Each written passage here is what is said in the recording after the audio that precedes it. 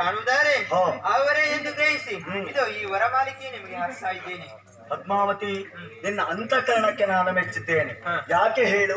ದೀಪಕಮಲ ರಾಗವನ್ನ ಹಾಡಿದಂತಹ ವ್ಯಕ್ತಿಯನ್ನ ಮದುವೆ ಆಗುತ್ತೇನೆ, ಗುಂಟನಿರಬಹುದು ಗುಣನಿರಬಹುದು ಅವರೇ ನನ್ನ ಪತಿದೇವರಪ್ಪ ಎಂಬುದಾಗಿ ತಂದೆಯಲ್ಲೂ ಕೂಡ ನೀನು ಪಂಥವೀದವಳಿದ್ದೀಯ.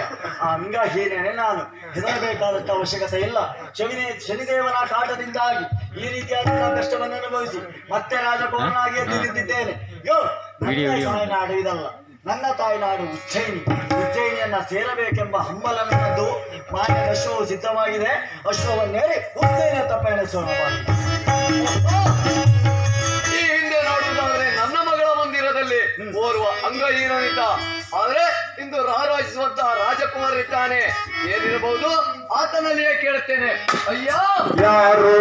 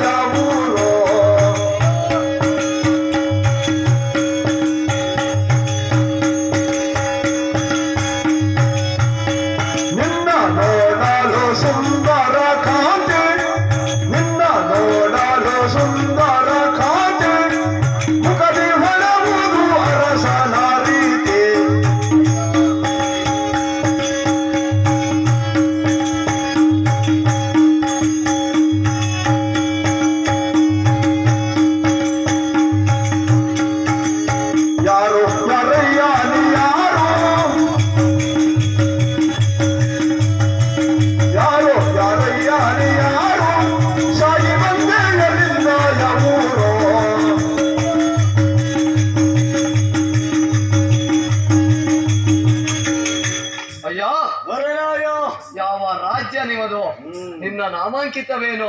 ನಿನ್ನ ಸಕಲ ಪರಿಚಯವೇನಯ್ಯ? ನಿನಗೆ ನನ್ನ ಪರಿಚಯ ಬೇಕಾ? ಚಂದ್ರಸೇನ ರಾಜಕ್ಕೆ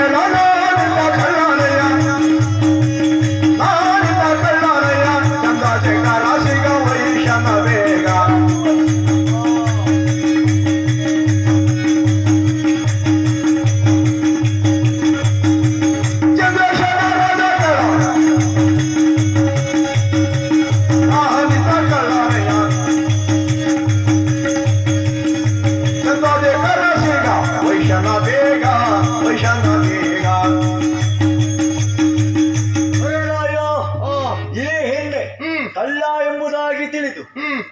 ಕರಚರಣವನ್ನ ಕತ್ತರಿಸಿದೆಯಲ್ಲ ಅದೇ ಅಂಗಹೀನ ನಾನು.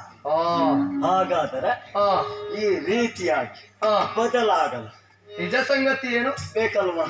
ಅಯ್ಯ, ಈ ಹಿಂದೆ ಕಳ್ಳ ಎಂಬಂತ ಅಪವಾದವನ್ನು ಹೊತ್ತಿದ್ದೆಲ್ಲೇ?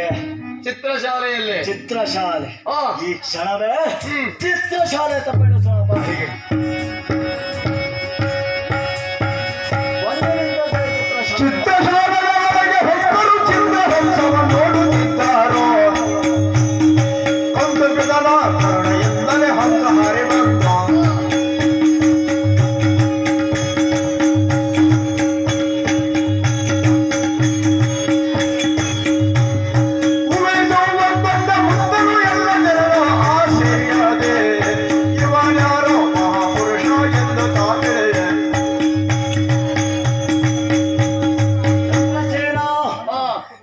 ಶಾಲೆಯತ್ತ ಪ್ರವೇಶವಾಗಿದ್ದಾರೆ. ಕಳ್ಳ ಎಂಬಂತ ಅಪವಾದನೆಯನ್ನ ಹೊತ್ತದ್ದು ನಾನಿದೇ ಸ್ಥಳದಲ್ಲಿ. ಕಳ್ಳ ಎಂಬಂತ ಅಪವಾದನೆಯಿಂದ ಮುಕ್ತಿಗೊಳಿಸಬೇಕು ಅಂತಾದ್ರೆ ಇದೇ ಚಿತ್ರಶಾಲೆಗೆ ಬರಬೇಕು. ಹಾಗಂತ ಆ ವಿಚಾರವನ್ನ ಈಗ ಹೇಳಿದೆನಲ್ಲ, ಕಲ್ಲಿನಲ್ಲಿ ಕೆತ್ತಲ್ಪಟ್ಟಂತ ಹಂಸ ಪಕ್ಷಿ ಎಂಬ ಹಾಗೆ ಆ ಹಂಸ ಪಕ್ಷಿಯತ್ತ ದೃಷ್ಟಿ ಹರಿಸು, ನಿಜ ಸಂಗತಿಯನ್ನು ತೋರಿಸುತ್ತೇನೆ. ಪರಮಾತ್ಮ ಸತ್ಯ ಪರೀಕ್ಷೆಗೋಸ್ಕರವಾಗಿ ಚಿತ್ರಶಾಲೆಯತ್ತ ಬಂದಿದ್ದೇವೆ ದೇವ.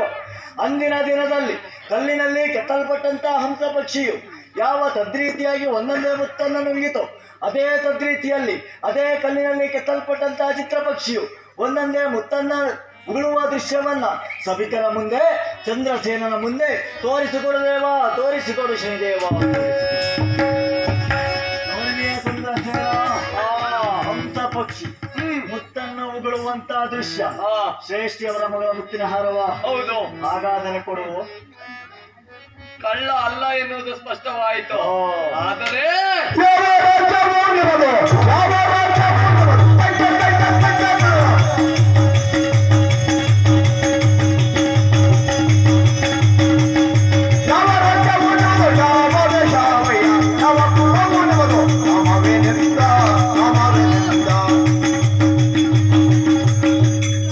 ಅಯ್ಯೋ, ಕಳ್ಳ ಅಲ್ಲ ಎನ್ನುವುದು ಮುಕ್ತವಾಯಿತು. ಆದ್ರೆ ಯಾವ ರಾಜ್ಯವನ್ನ ಆಡಳಿತ ಮಾಡುವವರು, ನಿಮ್ಮ ಸಕಲ ಪರಿಚಯವೇನು? ಗಣರಾಯ